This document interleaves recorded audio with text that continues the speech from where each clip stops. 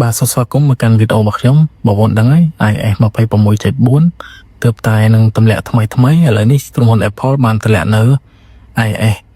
26.5 ចំនួនសាកល្បងទី1ឲ្យបងប្អូនអរគ្នាអាចធ្វើការអាប់ដេតបានអញ្ចឹងក្នុងនឹងខ្ញុំបានអាប់ដេតទៅរាល់ហើយចង់ដឹងថាតើវាមានអីថ្មីខ្លះខ្ញុំនឹងបង្ហាញបងប្អូននៅក្នុងវីដេអូនេះអញ្ចឹងមុននឹងចូលទៅដល់ចំណុចថ្មីហ្នឹងយើងមកមើលថាតើ iOS 26.5 ហ្នឹងវាមានទំហំប្រមាណជាអញ្ចឹងក្នុងទូរស័ព្ទរបស់ខ្ញុំហ្នឹងគឺវាមានទំហំដល់ទៅ 8.59 GB ហើយវាជាចំណងសាកល្បងទី1បងប្អូនអរគ្នាអញ្ចឹងបើសិនជាបងប្អូនចង់ដំឡើងក៏អាចសាកល្បងក្នុងការដំឡើងបានផងដែរចុះបន្ទាប់ពីបងប្អូនដំឡើងទៅបងប្អូននឹងទទួលបានចំណុចថ្មីមួយដែលជាមុខងារមួយទៅលើការ send iMessage ណាដែលវាមានឈ្មោះថា OCS Message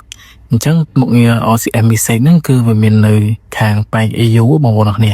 អញ្ចឹងក្នុងហ្នឹងគឺអាចអនុញ្ញាតឲ្យបងប្អូនអរគ្នាអាចផ្ញើ message តាមរយៈ iMessage ទៅកាន់ទូរស័ព្ទដៃប្រភេទ Android បានកាន់តែងាយស្រួលជាងមុនណាបងប្អូនអរគ្នាហើយសុវត្ថិភាពជាងមុនចំណែកឯចំណុចថ្មីទី2បន្ទាប់ពីបងប្អូនធ្វើការអាប់ដេតទៅបងប្អូនទទួលបាននៅមុខងារថ្មីមួយដែលមាននៅលើ Apple Map ដែលជា map របស់ក្រុមហ៊ុន Apple ហ្នឹងអញ្ចឹងពេលដែលបងប្អូនចុច search នៅលើ map ហ្នឹងមាននឹង load suggestion ទីតាំងដូចជាទីតាំងលក់អាហារទីតាំងអីហ្នឹងមកឲ្យបងប្អូនឃើញដែលពីមុនមក version មុនគឺយើងអត់មានទេហើយក្នុងនោះ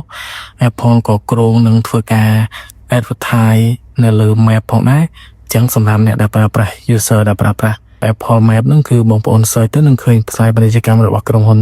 នានាដែលគេដាក់ផ្សាយពាណិជ្ជកម្មនៅលើ map ហ្នឹងហើយថ្មីទី3តាក់ទងជាមួយនឹង notification គឺបងប្អូនអាចធ្វើការ forward notification ទៅកាន់ device ណាមួយដែលជា third party របស់ Apple មិនថាជា smartwatch ឬក៏អីផ្សេងហ្នឹងគឺបងប្អូនអាចធ្វើការ forward notification នឹងបានទៅកាន់ device ទាំងអស់នោះក្នុងនោះផងដែរក្រុមហ៊ុន Apple អាចនឹងបង្រៀនបន្ថែមទៅលើមុខងារ Apple Intelligence ឲ្យកាន់តែពិសេសហើយកាន់តែងាយស្រួលជាងមុនដែរនៅលើ iOS 26.5 ហ្នឹង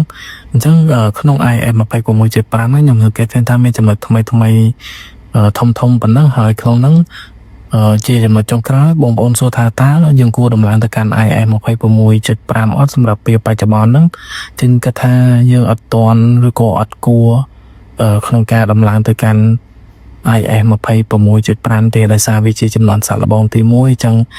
មុខងារមួយចំនួនឬក៏ដំណើរការមួយចំនួនអាចនៅមានបញ្ហាតាក់ឬក៏អាចក្តៅជាង iOS 26.4 អញ្ចឹងក្នុងវីដេអូនេះខ្ញុំមានប៉ុណ្ណឹងហើយខ្ញុំនឹងជួបបងប្អូននៅវីដេអូក្រោយទៀត